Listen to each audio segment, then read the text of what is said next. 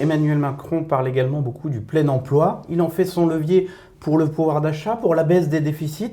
Est-ce que ça va se faire tout seul ou bien est-ce qu'il faudra prendre de nouvelles mesures sur le marché du travail pour aller plus loin que celles que notamment vous avez portées en tant que ministre du Travail? Alors le plein emploi, ça suppose déjà de créer des emplois, vous savez, et on en a créé 1 million dans le quinquennat. Et quand j'évoquais tous les projets pour avoir une industrie plus forte, pour décarboner notre économie, c'est aussi des projets qui sont créateurs d'emplois. Et puis effectivement, si on veut atteindre le plein emploi, il faut accompagner ceux qui ont le plus de difficultés à rentrer sur le marché du travail ou à y revenir.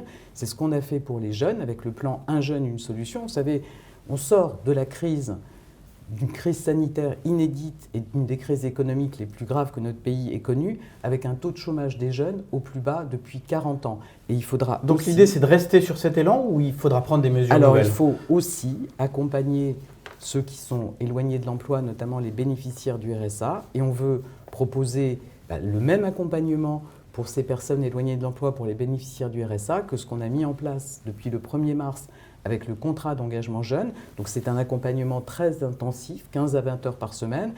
C'est à la fois permettre à ces personnes de reprendre confiance, les aider à préparer un CV, un entretien d'embauche, leur permettre de découvrir des métiers par des immersions en entreprise, leur permettre de se former. C'est tout cet accompagnement qui est nécessaire si on veut effectivement atteindre le plein emploi.